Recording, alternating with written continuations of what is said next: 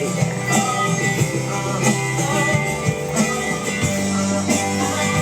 natin. Hindi na ako makahinga. Hello? Higa muna tayo. Ay, nako.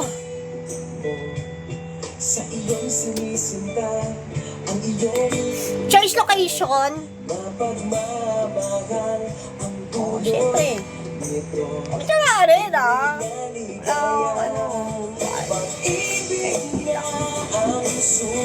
wala akong tubig.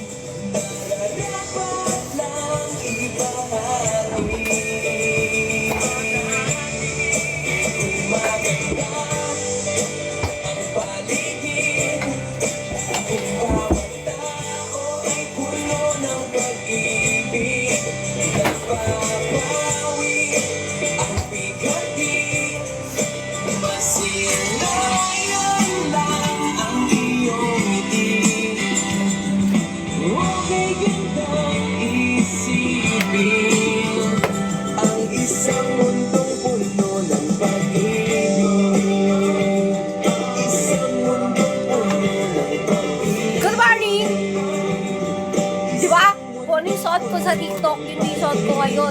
Kasi Carla ako kumuha ng TikTok. Swerte mo kung mapibigyan, ingatan mo mag-ibig na isang kakaibig, kakaibig, kakaibig, kakaibig na nakuan. Paano kaya ako kakanta mamaya? Hindi na naman ako makahinga.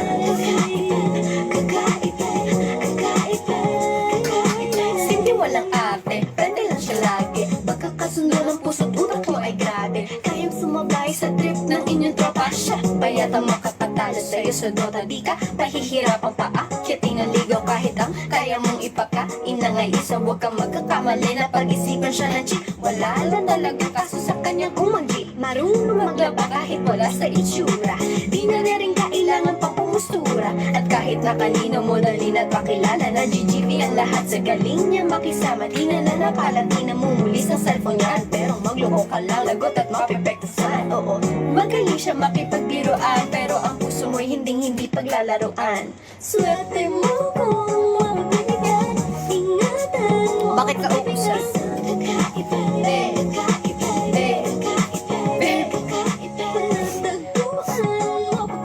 Yung strike, kasi hindi na ako kapayan. Ano yun?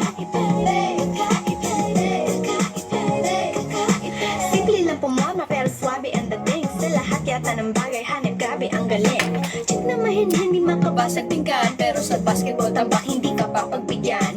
Di na niya kailangan ng gayuma para puso mo ay kanya makuha. Di rin siya yung tipo ng babae na patrip lang. Kung maloloko ka, mag-isip ka please lang. Ang ganda niya sa pag para mapakanta ka na nasa'yo na ang lahat. Okay lang yung bag. Siguro ba? Sandali na kung sa kanya'y di tapat. Kung inakala mo na madali siyang palitan na papatunay ito na kailangan na tabasan mga sungay mo. Hindi siya nararapat sa buhay mo. Swerte mo kung saan manibigyan. Ingatan mo ang pag-ibig na isang kakaibig. alam mo ba yung cellphone ko may ganyan siya? Pwede mong i-tikit sa dingding.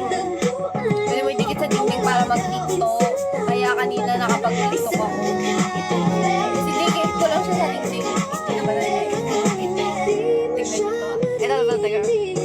Humingi ng tawad. Nararamdaman mo na lang. Oh, TikTok game! Ang loob kaya siya ay walang katulad. Di siya yung babae na masasabing kapika. Dahil mismo kung ugali at ganda sa matutal. Ang buo niyang pagkatao ay higit sa pisikal. Swerte mo kung mapapibigyan. Ingatan mo ang pag-ibig. Isang kakaibig. Okay, design. Ay, nagpa-promote ba ako? Hindi ako nagpa-promote TikTok pinapakita ko lang yung ano. Hindi ako nagbebenta!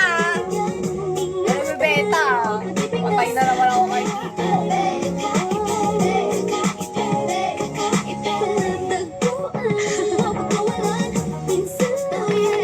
Diba? Kahit ganyanin ko yan, oh. O, diba yung painting ang gumalaw? Oh! Ang kapit niyo, girl, ah. Teka lang. Oh, di ba? Sabi sa inyo eh, kahit saan pwede na ako mag-TikTok.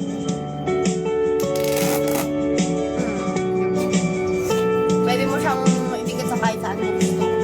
O, anong trip mo? Hindi lang siya didikit kapag ganito. Ayan, pag mga ganyan didikit. Yung parang mga rough surface. Sa'yo, nasan ka man? Sigaw ng Ay, ito na. Gawin na natin. Ay, hindi pala. Bukas pala yun. O, gusto niyo magbabasa ako ng onte. Magbasa tayo ng onte. sana lamang ay nakita mo ang lungkot sa iyong ngiti. Isang umagang di ka nagbalik. Gumising ka at nang makita mo ang tamis ng sandali ng kahapon di magbabalik. Hanggang sa dulo ng ating walang hanggan. Okay. Hanggang ang puso Ay, opa muna. Center, opa. Dearest confession. Tayo na mabulol na ako. Confession. Wait lang. Okay. Okay. Sender, opa. Dearest confession entry number 1. Anyong pangalan? Ay, ano ba to? Palgan pala? Anyong, Palgan. It's me, your super fan by heart. Ano daw?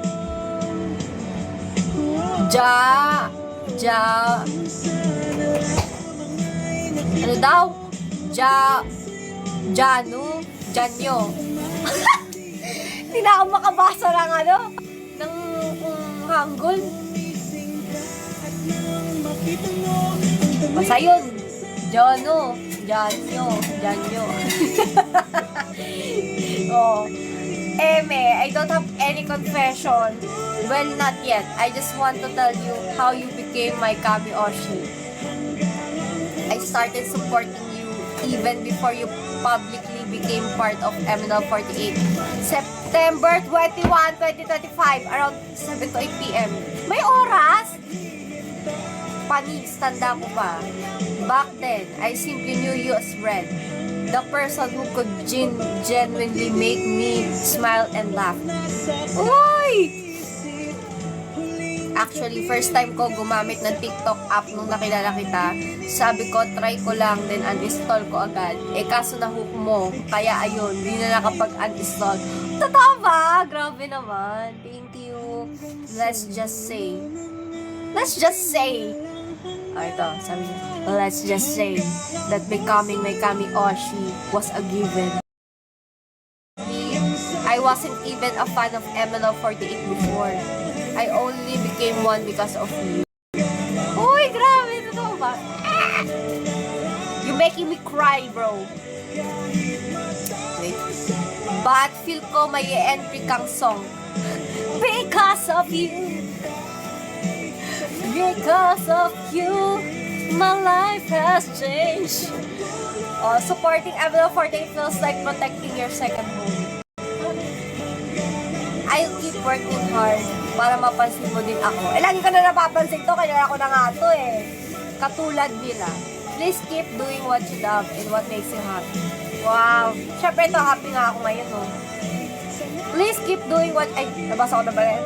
Dearest is always here for you. And as for me, I'll always keep rooting for you. Palgan. Ano ba yung palgan? Parang palgan. Ano yung palgan? Palgan kita. Di ba ganun? Tawa to. Hanggang dito na lang. Naubusan na ako English. Walang ibang Oshi, si Red lang. Sapat na. Oy! Thank you. Yan, may pasobra dahil special ka. Opa! Siyempre si Opa. Alam ko nakadugdong niyan. Opa, lesson, di ba? Si Opa, lesson, di ba? Oo. Mochi. Sino pong Mochi na to? Baka si Machi. Totoo ba? Wala ka bang entry? Sino tong nagko-Korean? Kala ko si Opa Leset eh. Ano si Opa? Ko-Korean. Ito. Yan, Mochi. Pa kayo naglalagay ng ano Opal pala siya, no? Opal. Sino? Kala ko si Opal Lesson to eh. Sino kaya Sino kaya yan? Ko-Korean?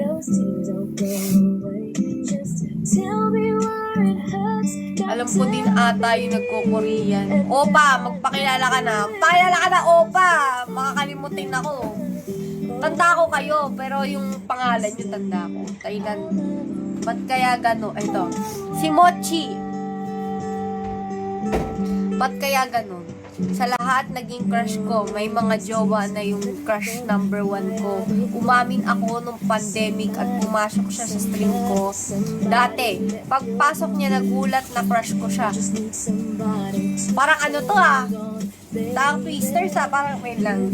Sa paano daw sabi niya, ba't kaya ganon? Sa lahat ng naging crush ko, may mga jowa na yung crush number 1 ko.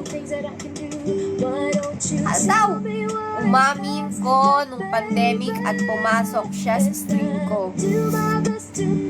Dati, pagpasok niya, nagulat siya na crush ko siya.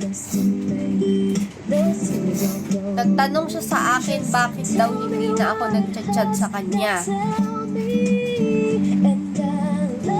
Sabi ko lang na ayaw ko lang na madistorbo ka kasi may mga work ka, pero kikita naman kami sa cosplay event. Pero nag-uusap kami, saglitan lang noon, nagpapapicture lang ako. Ngayon, simpleng hi na lang, may crush number 2 din ako. Ganun din. May jowa siya, nagchat-chat kami dati, pero wala nang ghost na siya. Nang ghost na siya. Actually, bago lang kami magkakilala, pero nagka-crush ako bigla sa kanya. Kung makilala ko pa siya ng wasto. Sino yung crush mo? First of all, si crush number 1 at number 2. Sino yan? Diba? Kaya ako may hintayo, cosplay community pala to. Sino to? Wala man lang Lala nyo, dami niyang crush. Si crush number 1 at number 2. Diba? Hopefully, makilala niya pa ako ng wasto. Ano ya? Magandang tanghali Miu. Number 3. Sino kaya to? Opa ulit! Si Opa na naman. Opa, dalawa na yung confession mo Wait lang. Number 3. Opa. Si Opa ulit. Gusto ko sumulat ng tula. Pero di ko alam kung saan magsisimula. Para sa babae kahanga-hanga. Para sa akin isa siyang diwata. Ngiti niyang kay sarap sa mata. Boses niyang kay sarap sa tenga. Mga awit niyang nakakakalma. Parang pinakikinggan ng kanyang musika. Salamat sa binigay mong inspirasyon. Ngayon, natutunan ko ng bumangon sa mga problemang pumapasok taon-taon. Nakakaisip agad ng mga solusyon. Red, pwede ba kitang makakap? Kahit isang beses ikaw ay makaharap. Kahit makita lang ng isang iglap. Dahil yun ang matagal ko ng pangarap. Oh! Gusto niyo yun? Grabe talaga si Opa. Parang alala ko dito si Opa. Ito ba yung mahilig sa K-pop? Ang sweet ni Opa. Kaya grabe si Opa. Mapapatula ka talaga. Ano kaya to si Opa na to? Opa! Opa! Lalim ni Opa. Kaya grabe naman. Sino kaya to si Opa? Opa. Kuya, Opa kang kita ko Opo more. Di ba? Opa reveal. Ito ba yung mahilig sa K-pop? Sino ba nagko-Korean dito? Parang hindi ko matanda na may nagko-Koreano. Ito, red. Ito. No regrets. Red. Ay, ito pa.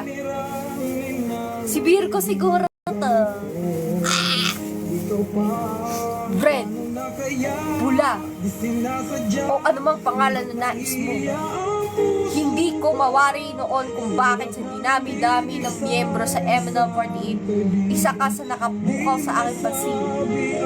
Ikala ko noon ay dahil sa iyong ganda.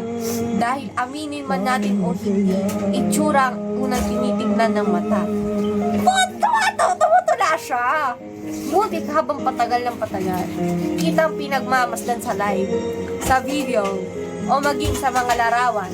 Napagtanto ko na kaya ikaw'y aking napili ay hindi lamang dahil sa angkin mong kagandahan. Wow. Kundi dahil ito sa iyong personalidad at kakayanan mo makipagsabay sa mga tao sumusuporta sa iyo. Wow, thank you. Tinuturing mo silang parang tropa o kaibigan. Kaya mas lalo kanaming minamahal. Wow! Hindi ko akalain na masasabi kong kakaibig ka o kakakanta ko lang ng kakaibig. Pagkat gaya nga sa kanta ni Nona Lee, di siya yung babae na masasabing tipikal. Dahil mismo ang ugali at ganda sumatotal, ang buong pagkatao niya higit sa pisikal. Wow! So, ayun. Gusto ko lang malaman mo na kahit marami akong oshi, kung isa lang ang dapat piliin, walang pag-atubiling, ikaw lamang ang pipiliin ko. Well, hindi ako magsisisi, ikaw naging oshi ko. Sino kaya itong marami daw oshi? Sino kaya itong maraming oshi na to? Parang kilala ko to. Charot! Meow. Meow, meow. Ito si Meow, meow. Grabe naman kaya nga yung background music natin eh. Si Virgo, alam ko si Virgo, isa lang Oshin yan. Ako ng Oshin yan. Ah! Charot!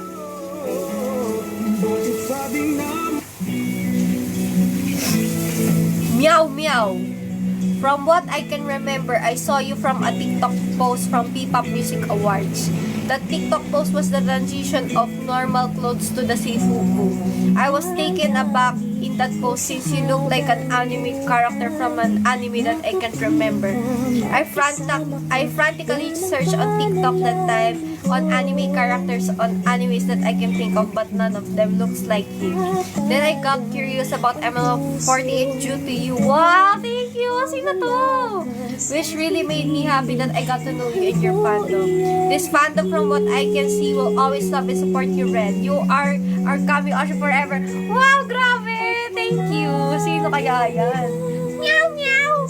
Meow, meow, meow! Meow, meow, meow! Ayan. Galing mo mag-English kaya nga eh. Taray naman. Sino to si Papa B? Papa B, Papa B, Papa B, Papa B. Way back 2015 or 2016, may nakilala akong girl sa FB.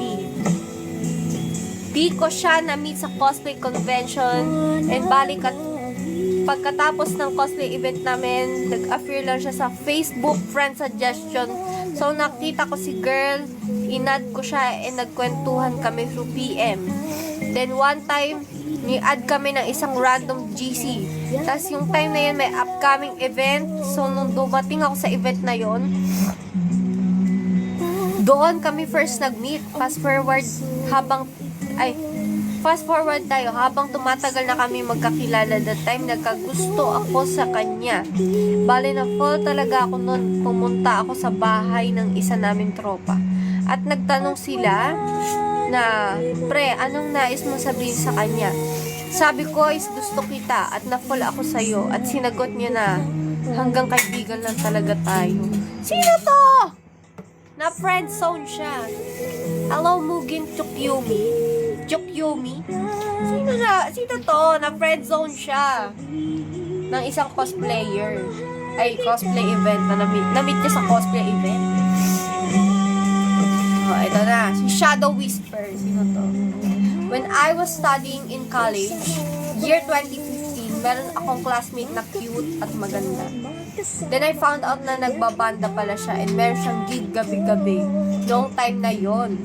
Meron kaming event sa school noon, month of February yung time na yon, is merong singing contest sa school namin. Kaming magtotropa that time is umupo kami. Tapos siya, umupo siya sa tabi. Pagtingin ko sa side ko, nakatulog na pala siya sa balikat ko. O, taray. Is this telenovela? Hinayaan ko lang, baka pagod or kulang sa tulog nung time na yon. Nagkaroon kami ng school project, nag-team ako sa kanya about sa project. And then may sinasabi siya sa akin na clingy pala ako para sa kanya sa chat. Sa chat pa lang, naklingi ako, is busted na pala ako noon. Taray, may mga pag ganon. Busted, lahat kayo busted? At yung sa friendzone, ito busted. Organic encounter. Mukhang organic. Kakilala niya daw eh. Echo Drift. It's Echo Drift. Hi, Riban. Hi, Red. I've been supporting you since Infinity Girls pa lang talaga. Nagka-countdown pa lang kayo noon sa live, nandoon na ako. Lagi ako tumatambay lagi sa live kahit ilang oras para lang ma-interact kayo. Lahat. Till now, nagsusupport pa rin ako sa inyo at naging admin pa nga after a year. Happy naman ako, naging admin ako. Cause I supporting you before. Good luck sa journey and ingat ka palagi. Feel ko si Better Days. Either Better Days si Sir John Dexter, si Hydra X, sino pa ba yung dumadaan na mga luma na? Yung mga yan yung mga, diba? Better Days. Oh, Better Days, tama. Kilala ko yan, yung mga dati pa nagsusupport sa akin. Diba? RM. Once in high school na late ako sa school. Then, hindi na ako pinapasok ng guard. Private kasi, also super strict pa nila nung una. Siyempre, umuwi na ako. Tapos, inutusan ako ng mama ko. RM to para may ihatid na something sa kapatid ko. Same school kami. I came back wearing different clothes. Then, pinapasok naman ako ng guards. Hindi siguro ako na-recognize even though grade 9 na ako noon. And I realized I should have brought my school uniform, then change na sa loob.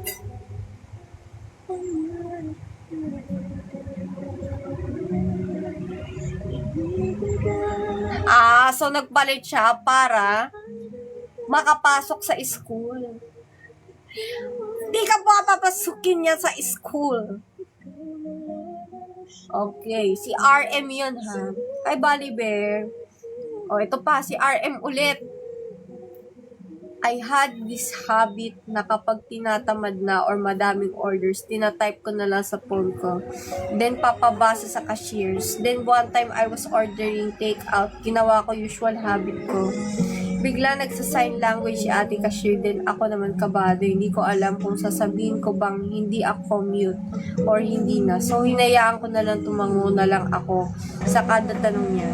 Tapos, nung kukunin ko na yung order, pinuntahan pa ako sa table. Kala siguro or deaf or mute ako. So, pagkakuha, nag-thank you ako.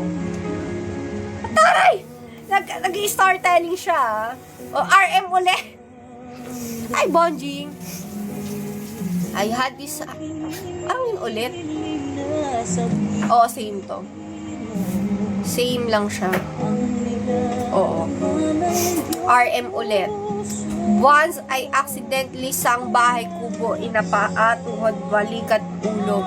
Melody in front of the whole class. Okay. One time in grade school, I didn't finish a test because I was playing with my pencil sharpener that looked like a car. Taray! Ang taray na ito ni RM Kuya D. Ito si Kuya. Sino pa si RM? Kailan niyo ba si RM? Sinisipan ako? Noong first year high school ako, pauwi na kami noon. Kasama mga classmate ko. Bale, 3 kami noon. At noong time ngayon is Friday the 13th noon. Noon ngayon. Teka lang, nalilito ako. Noong first year high school ako, pauwi na kami noon. Kasama ko mga classmate ko, bale 3 kami noon. At noong time ngayon is Friday the 13th noon. Paahon na kami noon, papunta sa subdivision. Sabi ni Kuya, makaahon ba yung side ng car mo? Kasi nakasakay kami noon sa side ng car ng tricycle. Sabi niya, nalilito ako kaya inahon niya ang nakasakay pa ako noon. Dami noon na. Ang niloloko ko nito teka lang. Nakasakay pa ako noon sa backseat ng driver noon. Ilan noon na to, te? Sinubukan niya ako ihahon sa tricycle na 3 kaming sakay. Ang nangyari sa amin is nabangga yung tricycle na sinasakyan namin sa isang truck. Yung isa kasama tumalon at gumulong. Yung isa gumulong at yung situation ko naman, nabali yung likod ko ng 3 inches. Kung di ako yumuko, baka, grabe naman. Grabe naman yun. Ano ba? Grabe naman to si Kuya D. Buti okay pa si Kuya D. Faye. Sino to si Faye? Ito mahaba, si Faye. Sino kaya to si Kuya D? Buti okay pa si Kuya D. Buti na lang yung muko siya. I met. Faye. This guy, nung September last year, sa isang random chat website, nagsimula ang lahat sa hi, hello, nagtanong about sa age, hobbies, etc. Hanggang sa hiningi niya ang IG account ko, so binigay ko sa kanya, finalo back ko siya. Kaya doon na namin tinuloy ang pag-chat namin. Siya ay nagtupo sa kurso na may kinalaman sa pagmamarino or seaman, and nag-part-time job siya bilang isang advertiser. Pagkatapos, in-stalk ko yung account niya sa IG at FB. Nung nakita ko ang pictures, ang pogi at cute niya. Kahibig niya si Christopher Martin dahil doon, naging crush ko agad siya. At simula nung mas nakilala namin ang isa't isa, na ibahagi pa niya sa akin na mahilig siya mag-travel dahil may sarili siyang motor. Naglalaro siya ng basketball at saka palibero siyang tao, kaya mas lalo akong nagustuhan ko siya. Kahit ilang araw kami nag-uusap ay hindi ko makakalimutan sa kanya ay nung binati niya ako nung birthday ko. Ang nagustuhan ko sa kanya, mabait, gentleman, funny, na sa kanya na ang lahat. Dahil yung mga nabanggit ko ay ayan ang type ko sa isang lalaki. Kaya iniisip ko pa kung siya ba talaga o hindi. Fast forward nung isang linggo ng October, hindi na siya nag-reply sa chats ko. Nung una, nakakapag-reply siya after 3 hours. Sabi niya busy daw, kaya di na siya nakakapag-reply sa akin. So, okay lang sa akin dahil busy siya. Pero nung sumunod na araw, nagsisina lang siya sa messages ko. Masakit pa.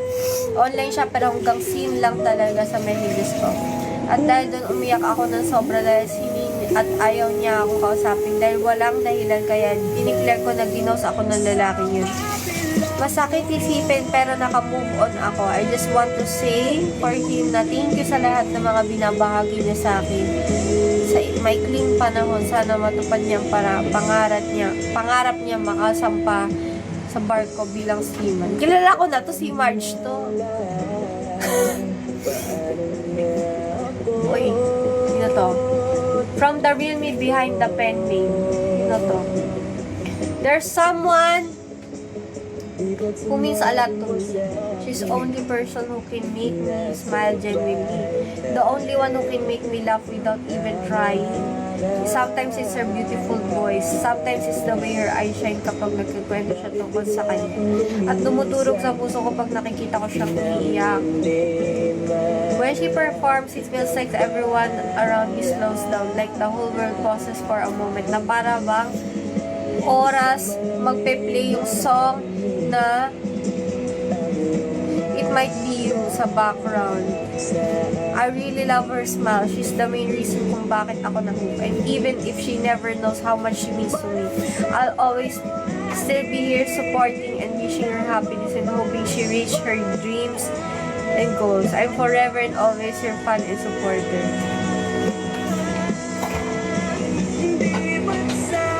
Sino to? From the real me behind the pen name. Si Pawi ba to? Charot! Sino to? Wait. Certified lurker. When I was scrolling TikTok, and then I was so bored, naghahanap ako ng live. Bale, tatambayan pag-scroll ko, may nakita akong streamer na babae. Nung una, akala ko foreigner siya kasi blonde yung buhok. Saka naka-contact lens. Maya-maya, nagsalita yung pala Pinay siya. Tapos pag magla-live siya ng gabi, minsan madaling araw kasi lagi yung madaling araw nagla-live. Minsan code ko siya kapag lagi ako nakapasok sa live niya is bossing. Pag nasa live ako, nagkikwentuhan naman kami. Tapos pag naglalaro siya ng Honor of Kings, sinasamahan ko siya lagi. Tapos after 1 year, ni-follow back niya ako sa TikTok. Sobrang saya ko nun kasi yung mismong crush ko, nag-follow back sa akin sa IG. Kaso di ko pinaalam na finalo ko siya sa IG. Nahihiya ko ipaalam sa kanya na crush ko talaga siya. Sino naglalaro ng Hawk dyan? Ito pala si Kuya Dires eh. Ito pala si Kuya Dires. Lurker, certified lurker. Anino. Ako si 8 Cups. Ibabahagi ko lang ang aking kwentong katatakutan na minsan ay bumabagabag sa akin sa tuwing sasapit ang dilim. Wala akong third eye pero malakas pakiramdam ko sa mga bagay na di mapaliwanag ng lohika at common sense. Taray! Kami ay malapit nakatira sa ilog. Halos ilang metro lamang ang distansya. Minus nung ako'y napatambay sa labas. Ako ay tumingin sa may direksyon kung saan ang ilog at ang laking pagtataka ay may hugis taong na anino. Nakatayo sa may ilog dahil maliwanag ang ilaw ng kapitbahay namin. Mabubuo mo ang outline ng tao. Nakayuko tila baluktot ang parehong braso at ilang saglit ay naglaho ito. Hanggang ngayon hindi ko malilimutan ng itsura ng anino nakita ko. Horror pala to ah. Ay, Yoel! How are you, Yoel? Chayun Woo Nagires. I just wanna share this. Noong una, simpleng support lang kay Red. Pero habang tumatagal, mas lalo ko siyang na-appreciate. Nakikita ko kung gaano siya kasipag at ka-genuine. Kaya lalo ako napaproud maging fan niya. Masaya lang ako kasama ko kayo dito sa Gires na sumusuporta sa kanya. Love you all. Boss, sino to? Lalagday sa cellphone ko. Hello, boss. Hello. Yoel. How are you, boy? Sino to? Thank you so much. Wow, kasi Chayun. Wow. May iba pa ba? Virgo, may iba pa. Virgo artist pala to eh. 20 na! Gusto ko na basahin lahat. Basahin na natin. Teka na. Sentinel. I became an admin month of October or November. At bali nag-volunteer lang ako maging admin kasi some of the admins busy daw sa kanilang personal lives. Actually, admin ako ng J-pop community nung pumasok ako sa mundo ng MNL. Ganito pala siya, masaya kasi may bago akong makikilalang fans at nakaka-interact. Nakakapagod kasi lagi ako nagmamanage ng socials at lagi nagpo-post at nag-update everyday. Pero I realize nakakapagod at nakaka-drain din pala maging admin. Sa sobrang pagod, ayaw ko na lang galawin yung phone ko at makipag-usap sa tao para pa nawawalan ako ng social battery para makipag-communicate sa ibang tao. Kasi parang siyang daily routine ko eh.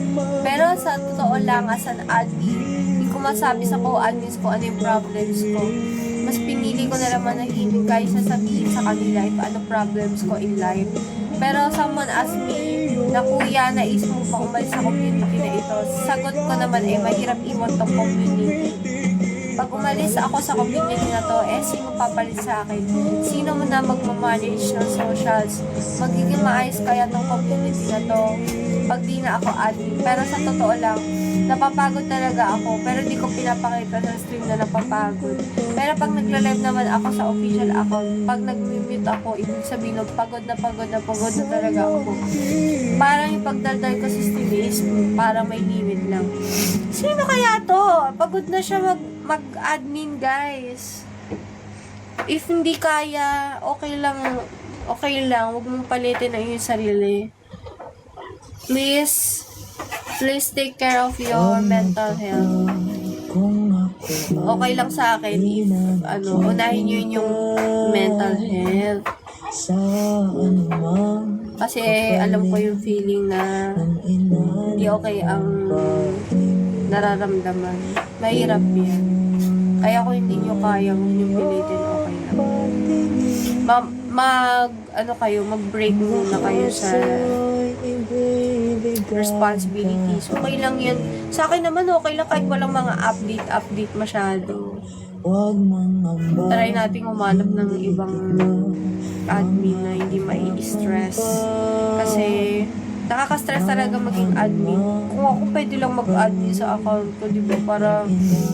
Kasi ako pwede mag-admin para hindi na kayo nahihirapan. Sana naiintindihan ko yun.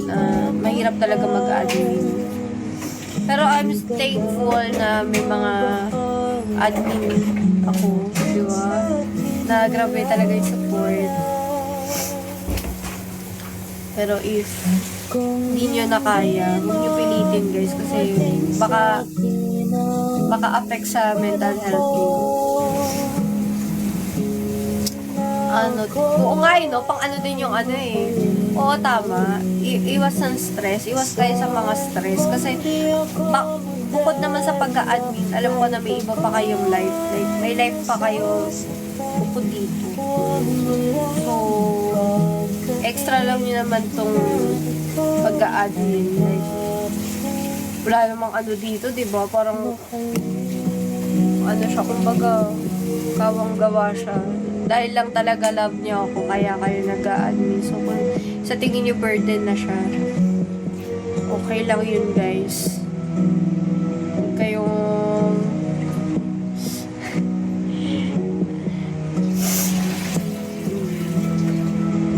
anahin niyo yung sarili.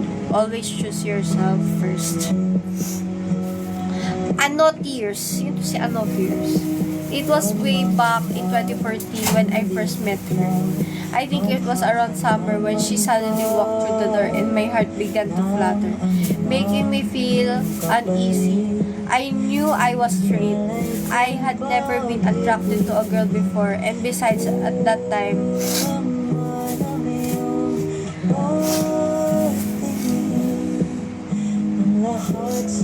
wait lang. Grabe yung sabi ko. LGBTQ wasn't really accepted. Days, months, and years passed as I silently watched her. I stole glances whenever no one was looking, buying her meals under the pretense of friends libre. Then time came when I gave her my first love letter, disguised as a friendship letter. Because that, wait lang Di ako magdadaba kahit ako'y nasasaktan.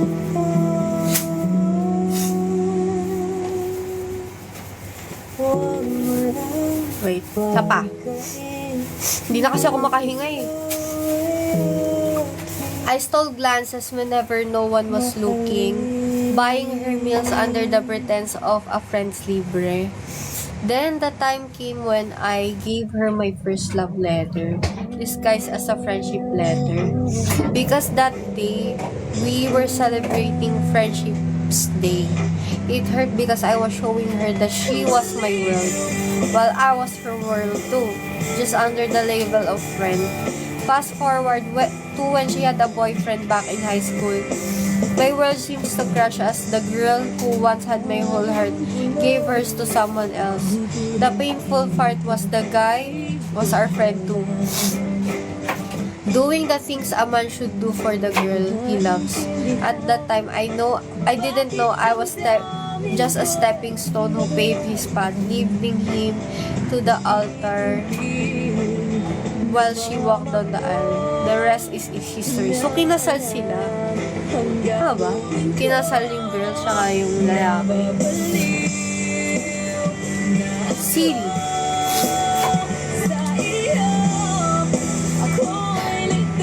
Hello Marco, kaya nga grabe no.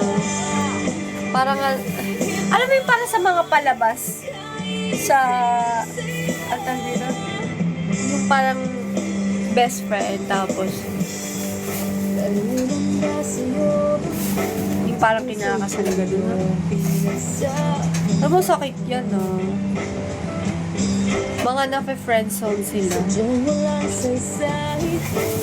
Tama. Si Pawi ba yan?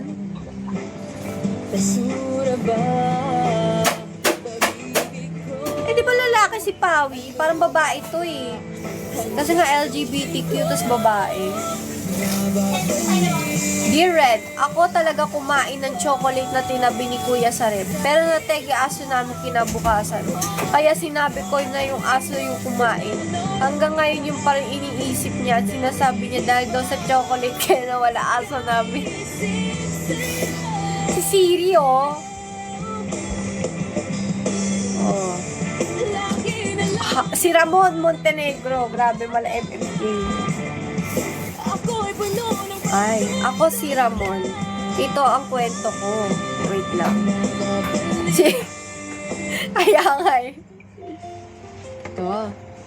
Ito ang kwento ko way back 2015. Isa lang akong simpleng estudyante. Bakit nakasara?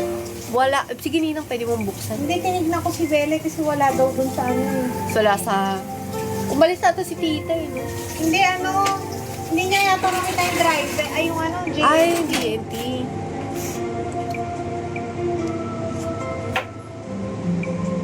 Ito ang kwento ko. Way back 2015, isa lang akong simpleng estudyante. Wala halos ganap sa buhay. School, bahay, gala, bahay, school. Paulit-ulit lang at wala akong ibang iniisip. Focus lang ako para matapos ko na ang college. Well, sobrang boring, diba? Pero di ko yan ramdam dahil meron akong mga kaibigan na masasandalan. Pero minsan tinatawanan ko sa sarili ko, kaya ko ba talaga lumaban sa mundong to na mag-isa? Pero lagi kong sagot sa sarili ko, oo, pero depende. Tanong ko pa rin yan hanggang ngayon. At di ko pa rin alam ano ang tamang sagot.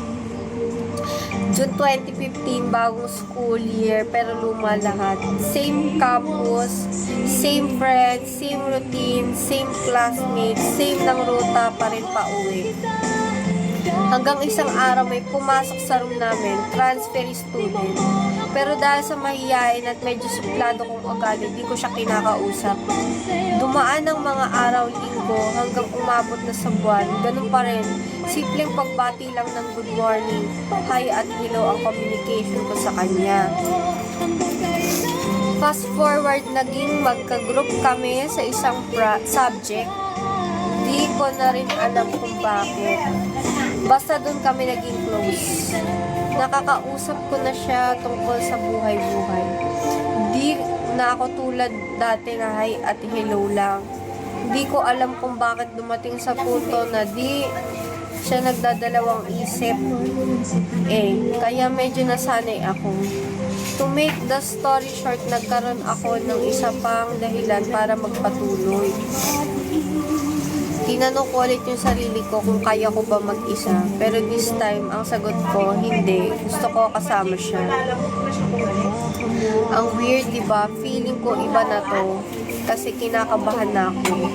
Pag nakikita ko siya, di ko alam, basta magkatabi kami sa room minsan. Basta isang malinaw sa paningin ko, nilagyan niya ng kulay mundo kong black and white. tatanong kayo sa akin kung inamin ko sa kanya nararamdaman ko, hindi. Dahil niligawan siya ng isa kong friend, di ko alam kung magkakaroon ako ng peace of mind. Bakit ganun? Taon lumipas hanggang dumating yung graduation. Ha? Hindi naging sila friend ko at wala rin naman akong balak umamin.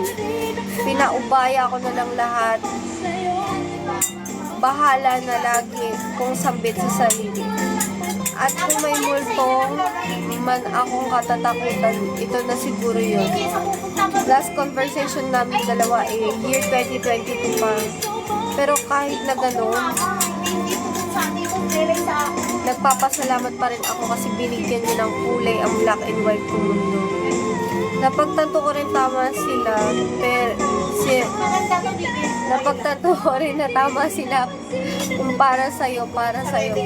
Kaya kung tatanungin ko ulit sarili ko kung lumalaban, ay, liit! Hindi ko mabasa! Teka.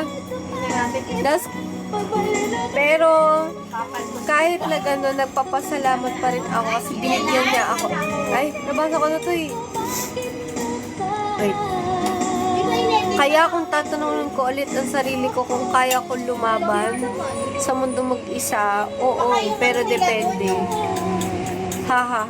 Hanggang ngayon, dito na, malapit na yung jeep sa kanto ng Kalay. Oh, taray. May jeep siya!